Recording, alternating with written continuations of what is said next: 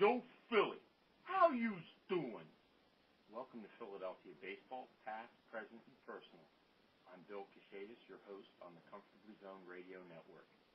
This week, I'm pleased to have as my guest Rich Ashburn Jr., the son of the Phillies Hall of Fame center fielder and later broadcaster of the same name. Ashburn Sr. played for the Phillies from 1948 to 1959 and served as a radio and television broadcaster for the club from 1963 until his untimely death in 1997. He was inducted into the National Baseball Hall of Fame in 1995. Today, Rich Ashburn Jr. continues his father's legacy through the Richie Ashburn Foundation. Welcome to the show, Rich. Thank you, Bill. Appreciate it. Let's begin with your father. He was raised during the Great Depression in Tilden, Nebraska, and his father, Neil, supposedly made more money playing semi-pro baseball than at his job, which was a blacksmith and monument maker.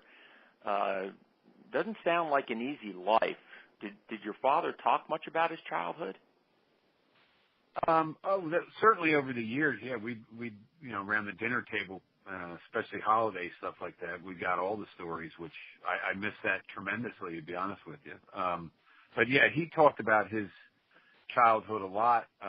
His father, like you said, was a blacksmith and a monument maker, made tombstones, and his father was, to me, he was a wonderful grandfather, very strict, I know, with my dad and his kids, but with us, he treated us, like most grandparents do. So anyway, my dad did, a lot of childhood stories. They would get together on Sunday as a family and drive and his old, I think it was a 30 something. I'm not sure if it was a Model A or whatever, but it was along those lines. It was an old car. They would drive though miles and miles. I think it was 30 miles to this place where Grandpa Neil would play what they called sandlot baseball or semi-pro baseball, and he did. He made more money that day. I think he got paid $15 for each game that he played, and he was a tough second baseman, from what my dad said. Mm-hmm. Now, your grandfather had a very close relationship with your dad, and clearly was a strong influence on his athletic development. And I've read that Neil Ashburn ruled out football for his son because of the threat of injury, but he allowed your father to play baseball and basketball. And when your father started playing in the Tilden Midget Baseball League in 1935 at the age of 8, Neil insisted that his son learn to bat left-handed because he believed that his speed would give him a better jump to first base. And he also insisted that your father play catcher because he believed that it would be the quickest way to get to the major leagues. And despite his rather small stature, your dad continued to catch in American Legion, again at his father's insistence, but his skill set, especially his speed and ability to hit for average, was better suited to the middle infield or the outfield.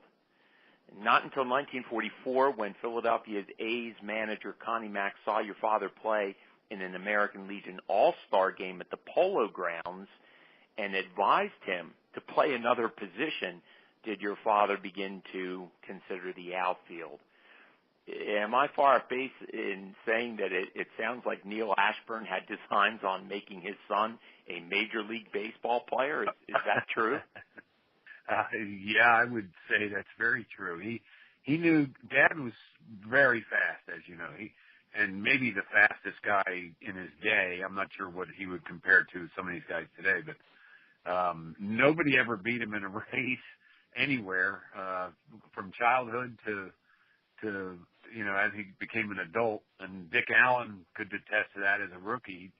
Dad was an old retired guy at that point. He was still beating everybody in races, as Allen found out, and he wondered why Dad had retired. But yeah, Neil, my grandpa Neil, he knew Dad had something special. He also was just a terrific athlete in everything that he did. His hand-eye coordination was tremendous. He didn't play tennis or squash when he was a kid, but he did as an adult and took right to it. He was amazing. His hand-eye was just unbelievable. But I think my grandfather saw that, and he said, I can do something with his speed. Now, the catching part, that was a tough assignment for Dad. Like you said, he was not, even as an adult, he was 5'10", 175, and he was solidly built. There's nothing wrong with his build, but, he wasn't a typical catcher, and his speed was so that, you're right, in 44, and that's a story I had just heard not too long ago about Connie Mack telling him to, get into a different position.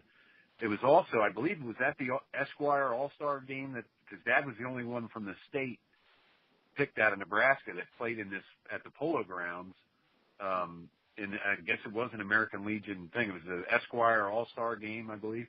Anyway, that same day he was told by, who was the great Dodger, greatest evaluator of talent? Branch Rickey. Branch Rickey, yeah. Branch Rickey told Dad, he sat him down and said, after he played and everything, he said, son, I think when you go back to Nebraska, you ought to stay there and do whatever it is you were going to do there for the rest of your life. Wow. Because he did not think Dad, with his size, had the ability to do what he was going to do, and didn't recognize his speed, I guess. And it was funny because not too many years later, Dad, in 1950, Dad was, at the Polo Grounds, I guess. No, was it, where are the Dodgers? They played Ebbets, right? Ebbets Field, right. Yeah, it was Ebbets. Anyway, he was there when the Phillies won the pennant in 50, and Branch Rickey came into the locker room to congratulate everybody, and Dad was obviously one of them, but he didn't remember Dad from that tryout. Or conveniently forgot him, right? or conveniently forgot, but Dad reminded him. He said, "You don't remember me, do you?" And Branch, I guess, politely said no, and he said, "Well, you told me to go back, and grow corn or something like that in Nebraska." And he said he was always a very nice guy. Whenever he saw him again, he just, he was very polite. And he thought Ricky was a gentleman that he was really always was talked about. But that was an experience that, Dad learned a lot. But to kind of get back to the catching, Dad broke in as a catcher with the Phillies, and I guess it was 46 or 46 and 47 he played in Utica. 45, Dad was drafted the day the war ended, and he always kidded us. He said the Japs knew I was coming. So anyway, he spent a year in Alaska playing baseball before he went to Utica, and he was a catcher there also. It was Eddie Sawyer at Utica that Dad was still playing catcher, and there was a play between the bunt or a chop ball, something between the mound and first, and Dad went out and got it and beat the guy to first base in full gear, and Eddie Sawyer realized that this guy had way too much speed to be behind the plate, and it got my grandfather Neil really mad because he, like you said, he was getting into the major leagues as a catcher, and that was his, not only did my grandpa Neil think he was going to be a ball player, he didn't think Dad was going to get in the Hall of Fame if he wasn't a catcher. So wow, he had, further perception, I guess, than any of us did. But it was Eddie Sawyer that actually turned Dad into the outfield, and God bless him, it was the best move probably ever made for Dad, because obviously you look at his stats as a center fielder, and they rank up there as the best in the top 10 in history. Mm-hmm. Now your father clearly was a Philadelphia Phillies institution, and that is why I was so surprised in reading on him to learn that he actually signed 2 other pro contracts before he came to the Phillies. He signed first with the Cleveland Indians in 1943 at the age of 16, and again in 44 with the Chicago Cubs to play for their Nashville farm team. But the reason it didn't go anywhere is because then baseball commissioner Kennesaw Mountain Landis voided the Cleveland contract because the rules then prohibited the signing of high school players. And then later Landis also nullified the Cubs contract because of an illegal clause that would have paid your father if the Nashville franchise was sold while he was playing there, rather idiosyncratic rule. In fact, 13 of the 16 major league clubs that existed back at that time had showed interest in your dad. But your dad, soured by the voiding of those two contracts, decided to go to Norfolk Junior College instead. So how did the Phillies manage to change his mind and sign him in 1945? Yeah, that's a good question. I actually talked to my mom about it not too long ago. If it wasn't for Dad going to Norfolk Junior College, he would have never met my mother. And that to me obviously was a good thing. I'll say. Now, so I have 4 older sisters and a younger brother, and they probably all say the same thing. So, but they met there, and Dad, I guess, was playing there, and my grandpa Neil, I think, was probably more behind it than anybody because he was excited to get Dad signed with Cleveland and with Chicago because he just wanted him in the major leagues. He didn't really care what city at the time. But I know they had, and I can't remember his name. My mom couldn't remember it either. There was a scout that visited Dad at Norfolk. I guess he had been visiting, had made a trip out there for other reasons too, but, they had showed interest, and I guess at that time he had turned 17, I'm pretty sure. Mm-hmm. And I guess the rules at the time you couldn't sign, like you said, out of high school, but he had graduated high school, so I know the Phillies approached him, and my grandfather, I know made him, he got a higher, I think Dad got a $5,000 signing bonus, which he couldn't pretty good at that. He thought that, oh yeah, he couldn't believe that somebody was giving him that kind of money to play baseball. I mean, he loved baseball, but he couldn't believe he was getting, like a lot of the guys back then, they had this attitude that, they were just happy they were getting paid anything. I mean, I think they would have played for food if it let them. Mm-hmm. Most of them. So I guess my grandfather had met with the scout or whatever. I wish I could remember his name. My mom couldn't either. But that's really where it happened. I know that he was approached, and I know he signed. And a friend of ours actually has the contract, but it might even have the scout, whatever name on there. But I wish I could give you that exact answer. My mom didn't know it either. She just forgot it, I think, more than not knowing it. But I know it all happened when he was at Norfolk. So your dad really came onto the scene with a splash. Really, he was promoted to the Phillies in 1948 as a 21-year-old rookie. And though he opened the season in left field, he soon became the team's leadoff hitter and center fielder, and quickly electrified the fans with his hitting, his speed, and his outfield play. During that spring, the spring of his rookie year, he batted .380 and had a 23-game hitting streak. He was also the only rookie chosen to the National League All-Star team.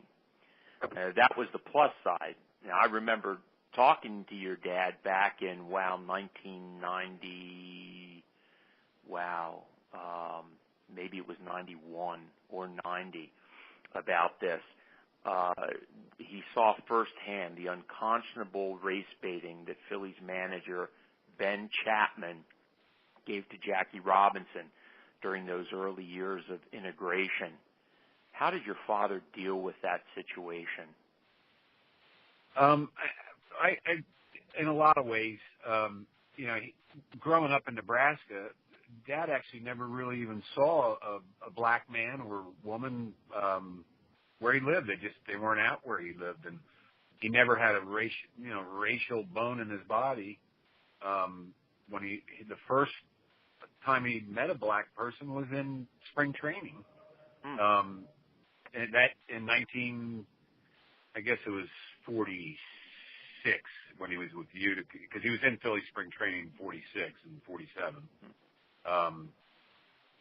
But he never thought about that, and he hated the fact that their manager, when he did get to Philadelphia, was asking him. He wanted Jackie Robinson spiked every time he had the chance, and Dad, these guys played on 1-year contracts, and if they didn't listen to the manager, things could go sour, and Dad didn't want to hurt anybody, but he kind of did what he was told. And he said after he had actually spiked Robinson sliding into second base, he immediately apologized, told Jackie that he would never do that again. I mean, he was horrified that he even did it, but he was also concerned about his job back then. Anyway, he expressed his concern. He went to Bob Carpenter, the owner of the team, and knew that he was either going to be let go or whatever. But he said, "Listen, I'm not going to do this anymore. I am not going to draw blood from that man." He refused to do it. And Bob Carpenter, I guess at some point, listened to Dad, knew Dad had, some talent, was sort of the future of the Phillies, and took this racial aspect part of it. And, I know they got rid of the manager not long after into that season, but Dad was horrified. He did not want to be part of that at all. And I remember I was working on a book about Richie Allen and racial integration in Philadelphia and on the Phillies, and I went to interview your father specifically about that issue because I had come across a 1973 column that your dad wrote. He was a columnist for the Evening Bulletin, of course, in the 1970s. Sure. And he said almost verbatim what you just said, and he apologized. He felt terrible about it. He apologized to the Robinson family. That was, of course, a year after Jackie Robinson passed away.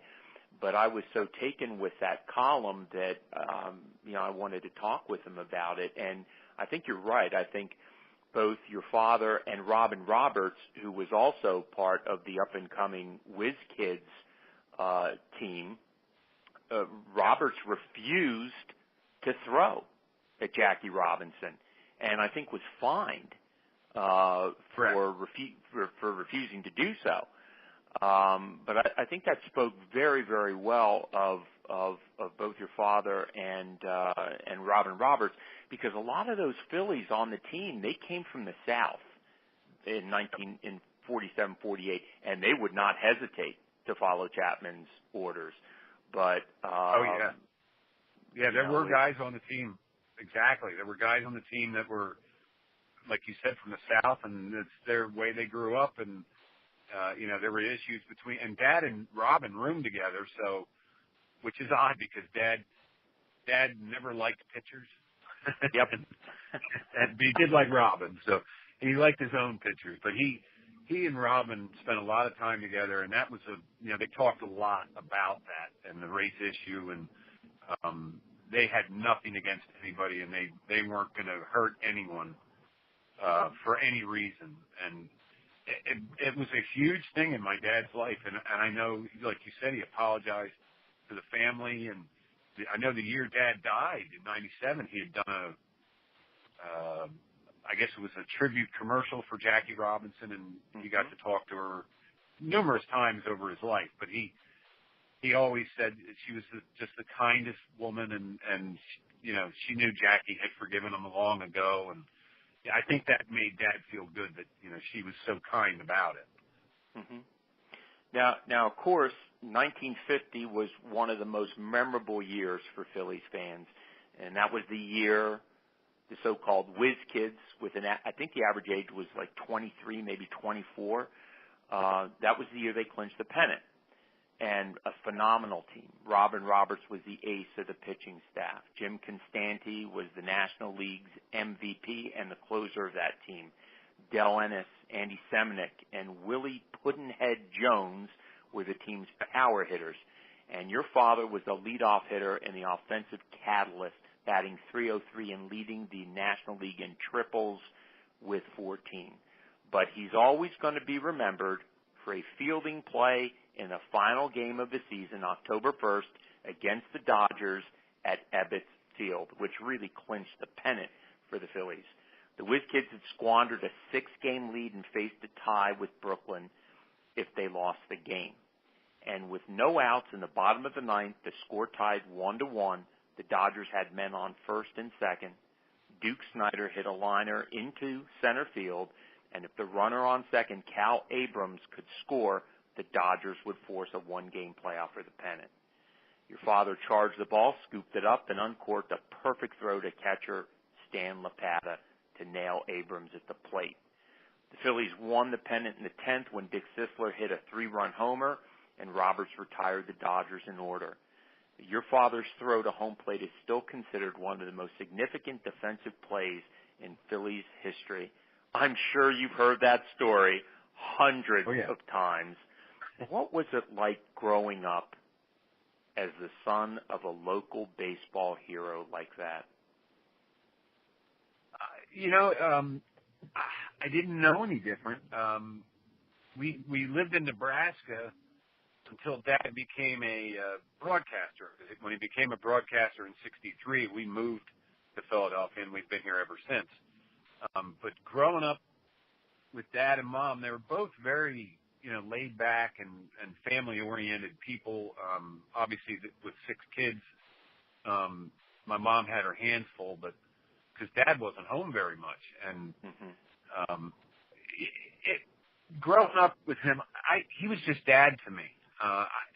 Now, when I got a little older and understood what he did and who he was, I was always thrilled to go with him anywhere. And as a kid, I'd be out in the backyard, and he'd come running out or whatever and say, "Hey, you want to go to Pittsburgh?" And of course, why wouldn't I want to go to Pittsburgh? I didn't even know what Pittsburgh was, but I'd go with him because I knew there was great adventure, and I didn't get to see him as much.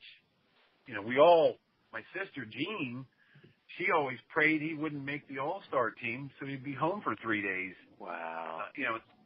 That's how much we were really family-oriented, and just growing up as his son, I never felt pressure. I played a lot of baseball myself. Never felt pressure from any of my peers. Like, no one, they were just happy that Richie Ashburn's son was there playing because everybody liked Dad. That was the great thing in Philadelphia about growing up with a famous father.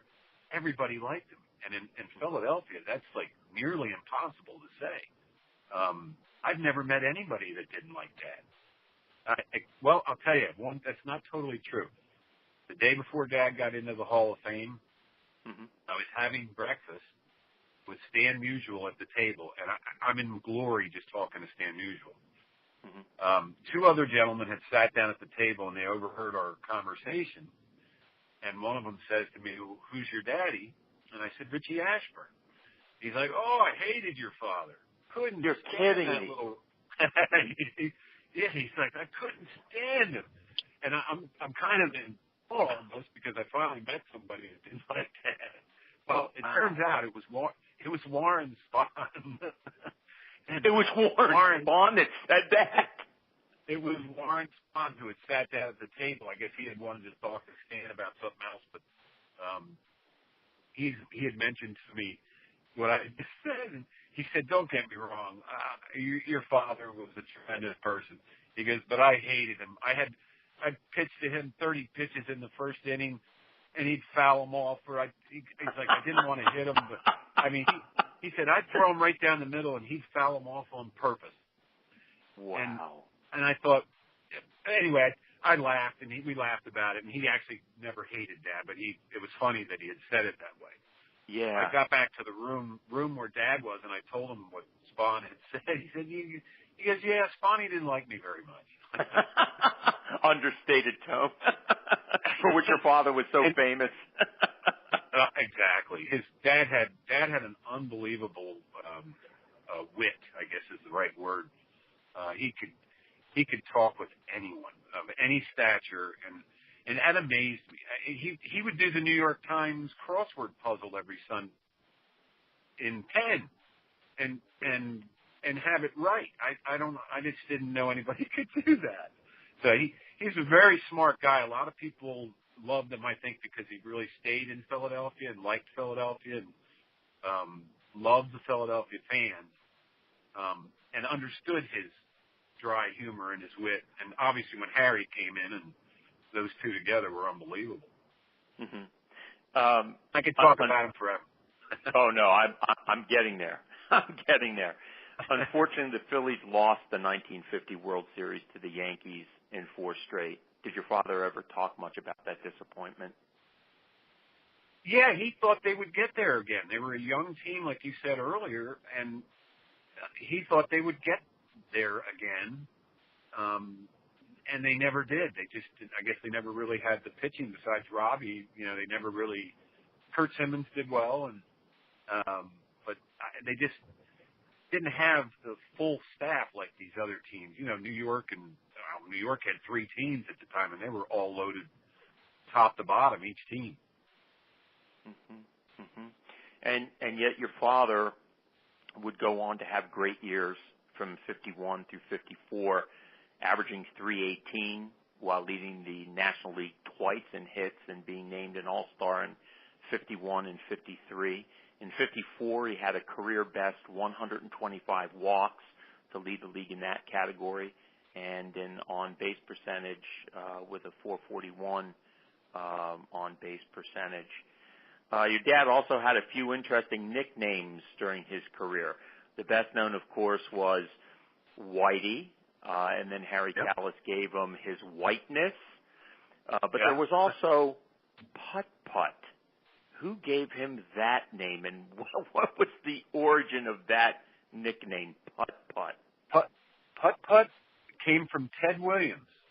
No he kidding. Said, I guess it was a spring training game, and I guess Dad had laid out a few hits, and he gave him the name Putt-Putt because nobody could run that fast without a motor inside of him. So he started calling him Putt-Putt, and it did stick for a while. Obviously most people in Philadelphia called him Whitey, and that was it.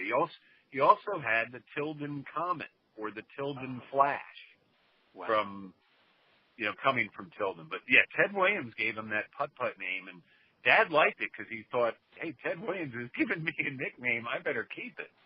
So Dad, I know he had instances where he would talk with Ted Williams about that and enjoyed that. Dad liked that name. He liked the Putt-Putt.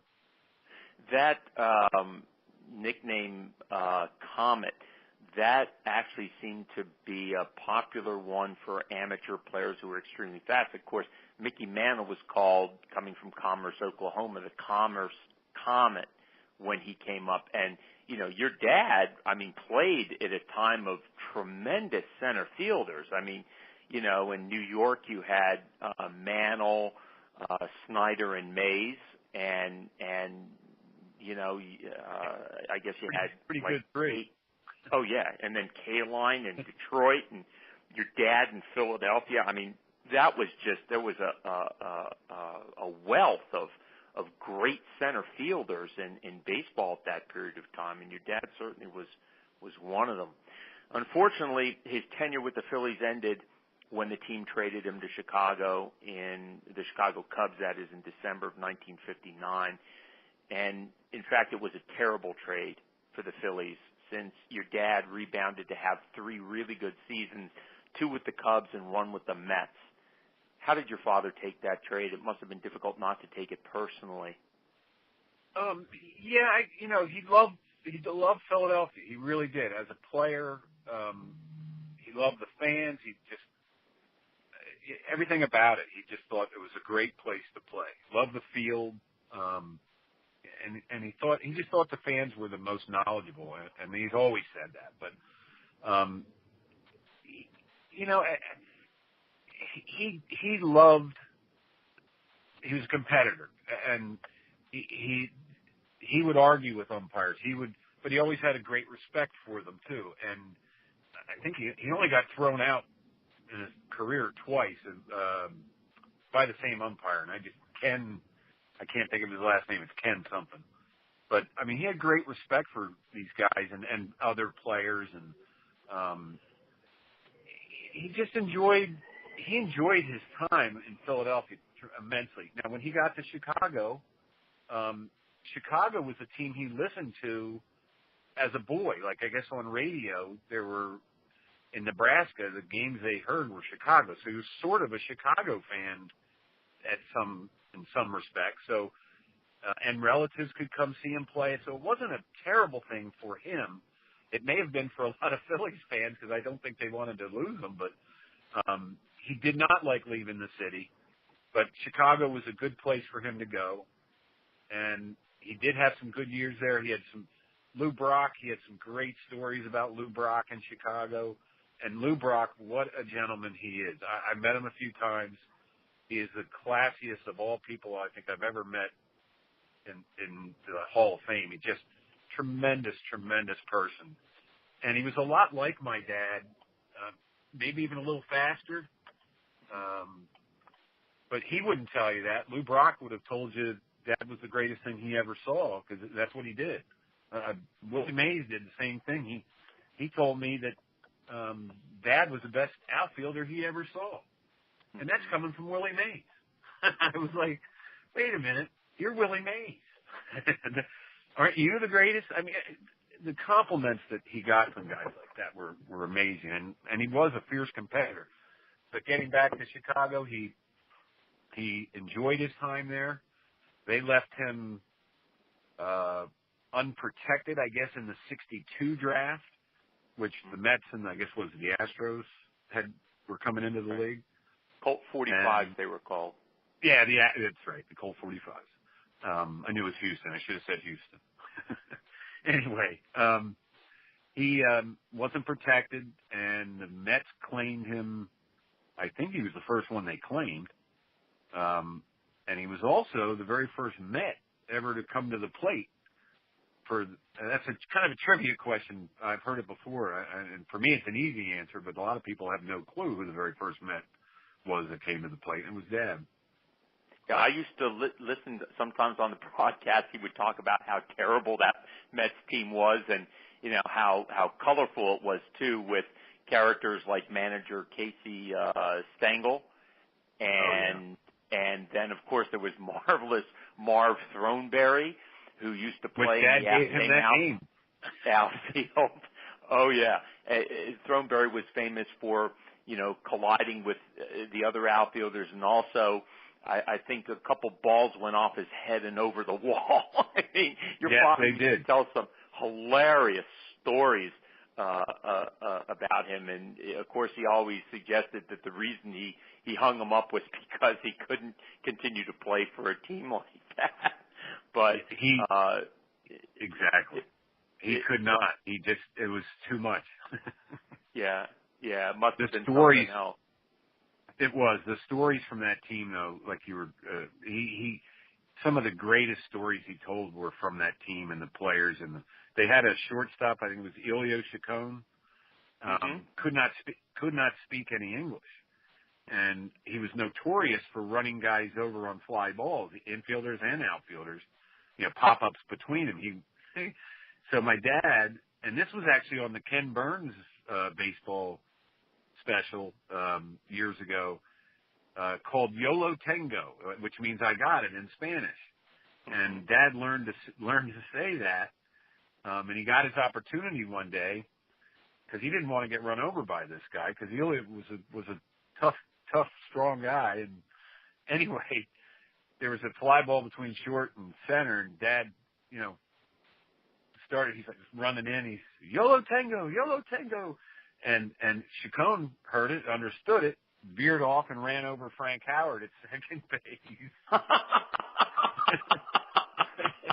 And he wasn't at second, but he ran over to the second baseman, Craig Howard, and he got mad at Dad for learning Spanish because it caused him to get hurt. But the stories there, the Casey Stengel stories he has were unbelievable. Dad's very last at bat in the major leagues, he got a base hit, and he was at first base. Now you got to remember they've lost 119 games to this point. This is their last game coming in. And Dad got a base hit. There was somebody on second base, and the next hitter, and Dad would have known the name, I can't think of it, hit a line drive and ended the season on a triple play. Dad being part of that, triple play, and that's how Dad's career ended. And he walked into the dugout, and Casey Stengel kind of gathered them all together and in his own way he said, "Fellers, I just want you to know that no one individual could have done all this. This was a team effort." That was their 120th loss, which is a record still. And as much as Dad loved playing for him and loved the guys he played with, he couldn't go through another season like that. 120 games. Yeah. He was just too much of a competitor, and the Mets offered him a contract to come back again for the next year. He hit 306 his last year, and found a little power. Hit 7 home runs that year too. So, but he had enough, and he was either going to be a congressman or a oil guy in Colorado, and because Dad would have been probably a great politician. He really would have. He knew the lingo, the jargon, everything. He would have done his constituents well. I know that. But my mom said he got an offer from the Phillies to broadcast, and she talked him into broadcasting because she said, "You know baseball better than you know anything. I think you should take that job." Yeah. Talking baseball here with Rich Ashburn Jr. about his father, Hall of Fame, Phillies Hall of Fame center fielder Rich Ashburn Sr. I'm sure your mother was not the only one who talked him into broadcasting, because Robin Roberts, I understand, was initially offered that job and he wanted to continue playing. So he talked to your dad about it, and your dad decided to accept that job in 1963. He was hired by the Phillies to provide color commentary during radio broadcasts while Bill Campbell, the inimitable Bill Campbell, did the play-by-play. And your dad was a natural, lending corny humor, candor, and an understated outrageousness that endeared him to millions. I mean, that's where I came to know him. I mean, I grew up listening to your dad.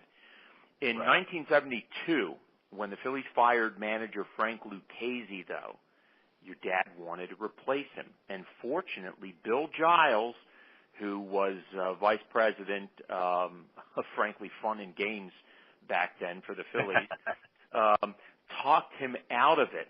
Why on earth would your father want to manage when he knows from the minute he's hired, the clock begins to tick to the time he's going to be fired? Why would he want to manage? Well, he really loved baseball, and yes, as a broadcaster, he got to see it and be a part of it all the time. And like you said, he kind of became a fabric of the team and the voice of the team, and just the fans loved him. Period. I think they were just happy to have him back in Philadelphia, but he wanted to manage. He saw what they had coming up. He saw them in the spring trainings, and he knew they had some talent coming up. The addition of Steve Carlton, I guess it was 72 also, right? That was in the off season. He just knew that they had some good young talent, and he thought, I'm not that old. I can probably relate to these guys, and Dad's was never afraid to be a leader in anything. He was one of the few guys, even as a broadcaster, he'd go down in that clubhouse or the dugout, and he'd let guys have it. Like, he'd say, you know what? He would not shy, and they listened to him because he was a player and that he was a good player. and his heart was in Philadelphia. So, I mean, no one ever went against him, except maybe some of the higher ups. But it was actually, Paul Owens went to Ruley Carpenter, or Bob Carpenter at the time. Ruley was part of the team, but I think Bob was still the owner. And Paul Owens said, you may have to fire this guy someday. If you hire him, you may have to fire him. And Bob Carpenter, from what I understand, said he goes, I'm not going to be the one that fires Richie Ashburn. So I think that was also part of there's no way we can hire this guy, because if we do, someday that day could come where we do have to fire him. And nobody wanted to fire my dad. So I think he would have done well as a manager. I really do, just because he related so well to the players and to the fans and to the game. He understood the game as well as anybody, and he knew pitching was a big part of it. But I think he would have been a good manager. I'm glad he stayed a broadcaster, because he really did. He was a fabric, a part of Philadelphia history for 50 years, and I got to thank the Phillies too, because they don't let folks forget him, and I don't think that they would forget him anyway, but they do quite a bit to keep his name alive, and with Ashburn Alley and all the other things that go on. But Philadelphia was the right place for Dad, and I think he was happy to just be part of this watching them even in '72 when he knew he could have been managing them, but I think Bill Giles and Paul Owens and the guys were smart not to hire him as the manager. I really do.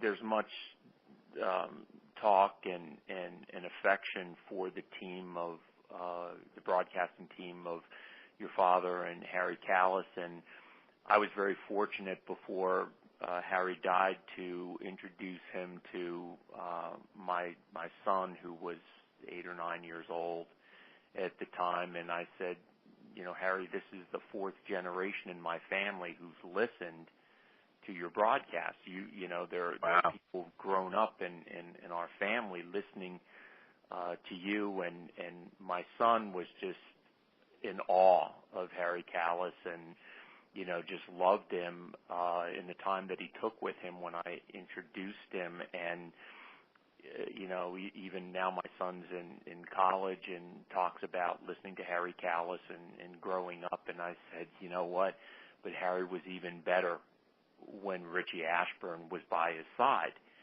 And the two of them complement each other perfectly. Harry's smooth delivery of the game action, your father's quips, insights, and critiques really became an indelible soundtrack to the golden era of 1976 to 1983, when the Phillies became regular contenders. What I loved about the two of them together is that they actually let the game breathe. And as you already said, although Rich loved the Phillies, he still spoke his mind, and the fans loved that. I can't tell you myself, so many of my students at Penn Charter and Episcopal where I taught, we used to imitate the various sayings, your dad's various sayings in school. Among them were, this fella on first looks runnerish. It's a lead pipe cinch that they'll bunt here. And hard to believe, Harry, among others. Talk about your dad's friendship with Harry Kalas and why they worked together so well. Well, I think, and it was like Harry came in and he was replacing Bill Campbell, which, a lot of people were upset about, because Bill was a well-liked and loved guy in Philadelphia and a good friend of Dad's. And in my family, I didn't know who Harry was. He was immediately, though, I'm telling you, day one, when I went to Veterans Stadium that day, Harry's first day, and I met Harry earlier, I guess before the game, his demeanor, he was obviously a lot younger, at the time, but I related to him, I want to say, a little better. Just, I wasn't close to him in age, but he had this young, and what a voice. I mean, I'm sorry, but he's got that, who's the guy that does all the Star Wars voices? he's got that James Earl voice. Jones. James Earl Jones, yeah, and John Facenda. John Facenda had the most wonderful voice, and Harry was in that group. Harry could take, and he did this for me once. He took my Little League pledge, which it's the same one you hear all over Pennsylvania and all over the country. And it's rather boring, actually, but Harry did it for me on tape for Coventry Little League, where my kids went, and they still have it to this day. They play it when they are in districts and stuff, and it's like Shakespeare. The guy turns this Little League pledge into the most magnificent thing. And Harry and Dad, like you said earlier, they were perfect together. 26 years, I guess, 26 or 27 seasons. They were together, and I grew up in that booth. I literally did a lot of stats, and Dad would pay me $10 a game. The Phillies didn't pay me, so Dad did. He'd pay me $10 a game to do the stats, and all the stats at the time came off a ticker tape behind Harry and Dad, and I would just write it down on a score sheet and hand it to him. And Dad and Harry would also always, kid and at the end of the game and include me as their statistician for the thing. I got a kick out of it being an 11, 12-year-old. So I just they treated me both like sons, and my whole life, Harry treated me that way. He was like an uncle to me. And he was a brother to my father. He really was. They were closer than brothers most of the time, because my dad would get on Harry if Harry went out and drank too much, or, Dad would discipline him and tell him, hey, you got to outlast me because, blah, blah, blah. That was just the way Dad was. But he cared so much about Harry that he would get on him if there were issues, and Harry would listen. He's about the only one because so many people, and I'm one of them for a long time, I'd go out with Harry on the road and drink and do things, and oh my gosh, the stories I could tell you, there. But Harry, he would listen to my dad, and I'm telling you, I think Dad helped him quite a bit mentally. Harry went through some tough times, and you would never know it as a broadcaster because he did his job so well and kept his sense of humor with Dad. And those two together, like you said, the stories, my goodness, where do you start? 26.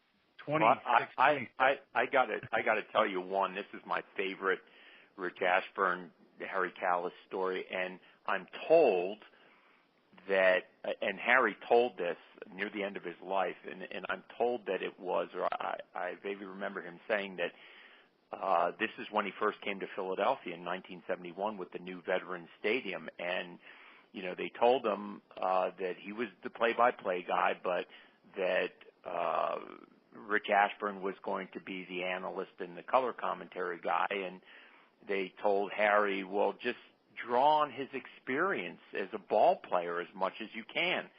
So this must have been in the first year, and Harry didn't have a real good appreciation for your father's dry, understated sense of humor. And there was a play in the game where one of the Phillies broke their bats, their favorite bat. And Harry said to Rich, well, Rich, the bat, that's a very important,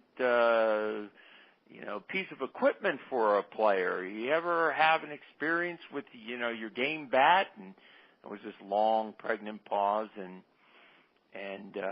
Rich said, Harry, that's right.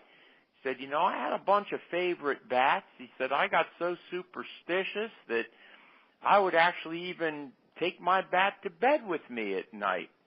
And Harry said, is that right, Rich? And Rich said, yeah, that's true. He said, I've been to bed with a bunch of old bats in my day. that has got to be one of the greatest lines. I could not stop laughing. Now, I might have heard that as a kid because I was listening all the time, but I'm sure I didn't get it at the age of 10 or 11 when it was told. But I appreciated it when Harry told it, you know, in you know, early 2000s or whatever. But that's what really made those broadcasts. I mean, that kind of repartee that they had between the two of them. You know? Oh, and the wit between both of them. I mean, Harry, brilliantly smart. Dad, people didn't know how smart Dad was. They really didn't. He didn't ever come off that way. I mean, but him and Harry could. They took such advantage of for years on the plane when they're traveling between cities. They'd like to play cards, and Dad and Harry, you never wanted to play cards with them because you weren't going to win. And they teamed up against all the players over the years. And, you know, Schmitty and those guys were smart enough to stay away. They knew what Dad, but every year they had new guys coming. I think Shane Rowley ended up owing my dad about $18,000. Oh my God. Wow. And, you know, I don't know what the numbers are. I just throw those numbers out, but I've heard from other players and stuff over the years that, you know, they were smart enough to not play gin rummy with Dad and Harry because they were making more money than the Phillies were paying them, I think. So I think they were so smart and so good together. The fans and the beauty of Dad and Harry is still at the ballpark. I mean, they're both there together in a way. The Phillies remember them wonderfully, but when my dad passed away in '97, we were going to kind of do a private thing. We just thought it was what Dad would want because as much as he was a public guy, he was very private about family. Anyway, Ed Rendell called us and said, "You can't do a private thing. We got to have something for him. Let us do something." So we agreed to have this thing at Memorial Park, and it went. I was there from I think 9 in the morning till 9 at night, and the line never stopped while I was there. But one guy kind of summed up. And this goes for Dad and Harry. It's not just my dad, but he summed it up when he'd been in line. He heard all these stories about Dad, and he said, "You know, I know why Philadelphia loves your father." And I was listening. Kind of, you know, it was just a tough day to be there anyway. But he said, "Your dad was in everybody's basement, bathroom, bedroom, kitchen, backyard, boat, car, train for the last 50 years." Right. They lost a father, a grandfather, a son, an uncle, a friend, and it really meant a lot to me to realize how much Philadelphia loved my father, and that is one of the greatest things in my life that I can say because you know how tough Philadelphia is, and to this day I get people come to me. I'm at my batting cages right now, and I get people come here with stories. They just heard that I work here or something, and they come and tell me stories. And I love it because how many people come and tell you wonderful stories about your father? So, but the same for Harry. Those two together were the best pair of broadcasters to ever broadcast. And I'm not saying that because he was my dad. They were the best. Like you said earlier, they knew when to shut up. They let the game play. There was a wit that just no other team had. And they could say things. My dad was not afraid, as you said earlier, he was not afraid to speak his mind. And Harry wasn't either. Harry, which is amazing for a broadcaster to get, you know, he was just a broadcaster, wasn't a player. The fans got so attached to Harry. And I think Dad probably had something to do with that, you know, the camaraderie, but two of the best. And I hope I answered your question, but I kind of get off on stories about both of them. No, it's easy to do and lovely to listen to. In 1998, a year after your father died, you established the Richie Ashburn Baseball Foundation, along with longtime Penn Charter coach and a colleague of mine, Rick Meller, and former Phillies general manager Ruben Amaro Jr., who was a schoolmate of mine. Of course, after Harry Callis's death in 2009, the name was changed to the Richie Ashburn Harry Callis Foundation. Tell us about the foundation, Rich, and its mission. Well, it was actually in '97 while Dad was still alive. We started these camps. Rick Meller and I, we were doing these pay camps, and we had Dad show up to each one, and obviously with Dad there and the kids, and it was a cool thing. We didn't do a lot of camps, but it was something to do at the time for extra money. And when Dad passed away, Rick and I both decided, hey, we got to do this for free, and we got to do this in Dad's name, and we got to come up with camps and make these free baseball camps for kids.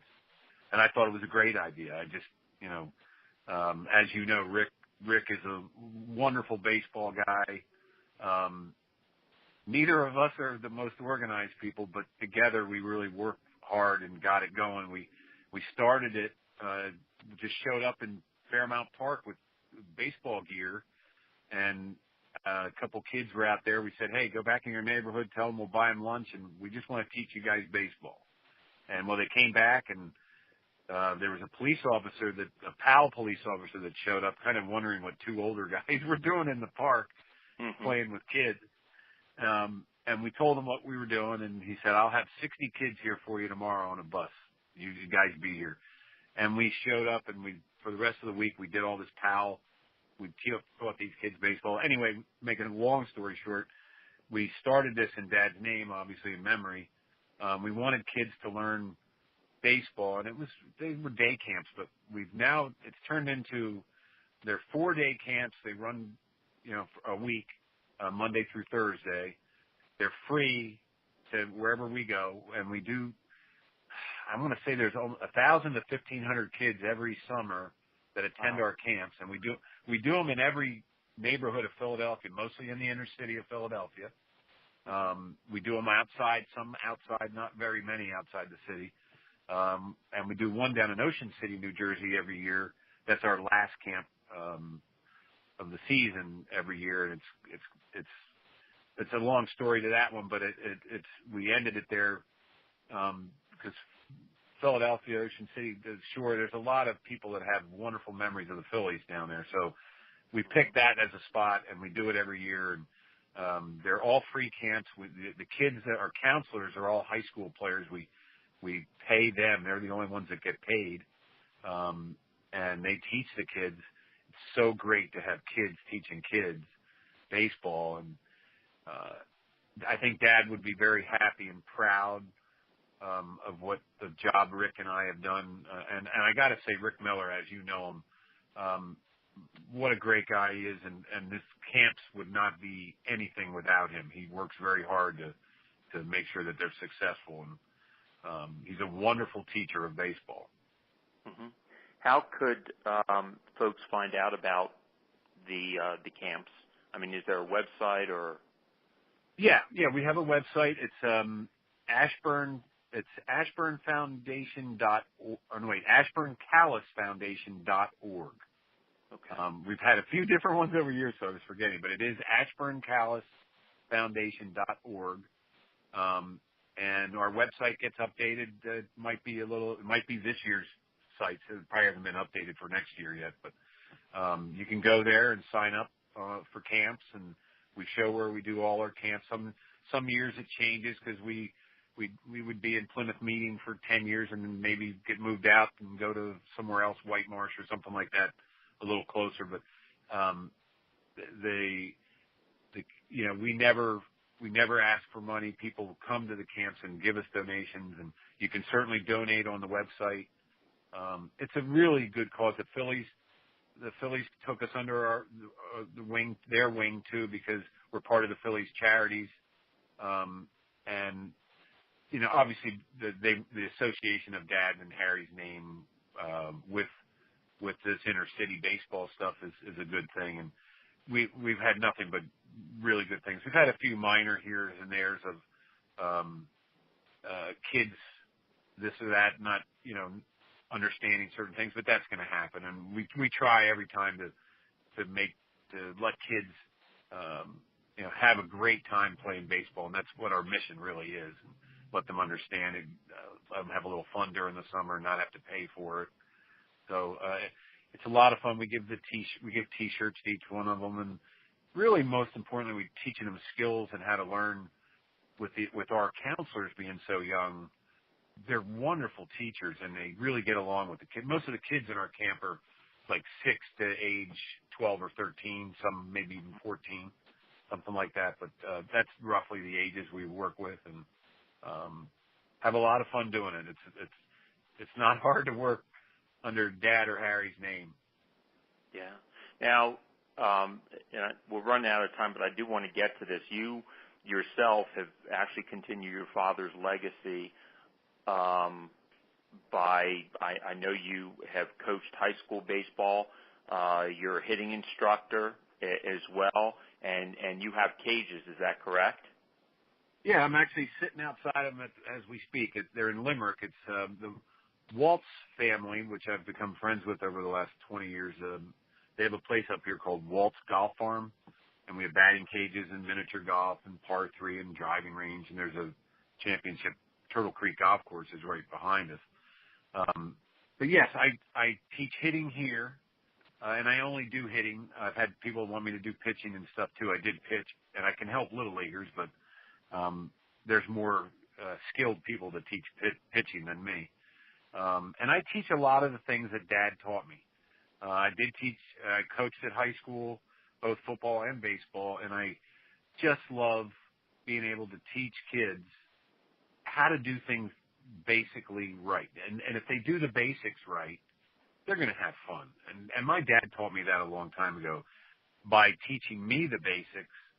I was a pretty good hitter. I was a different hitter than Dad. I was a big, strong guy, and he was this amazing, just an amazing hand-eye coordination type person. He could hit anything and anybody, and I don't think there was a pitcher out there that he couldn't hit or was afraid of, which just an amazing thing to me.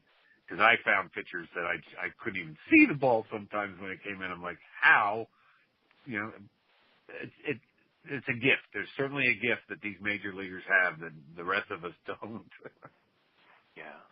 Well, listen, thanks for being with us, Rich. I really appreciate it. It was very enjoyable. You brought back a lot of wonderful memories, and it was a lot of fun for me. Well, thank you. I appreciate it. I always love to talk about Dad and baseball in general, but Dad obviously is a special thing, and when Harry gets involved too, I enjoy it.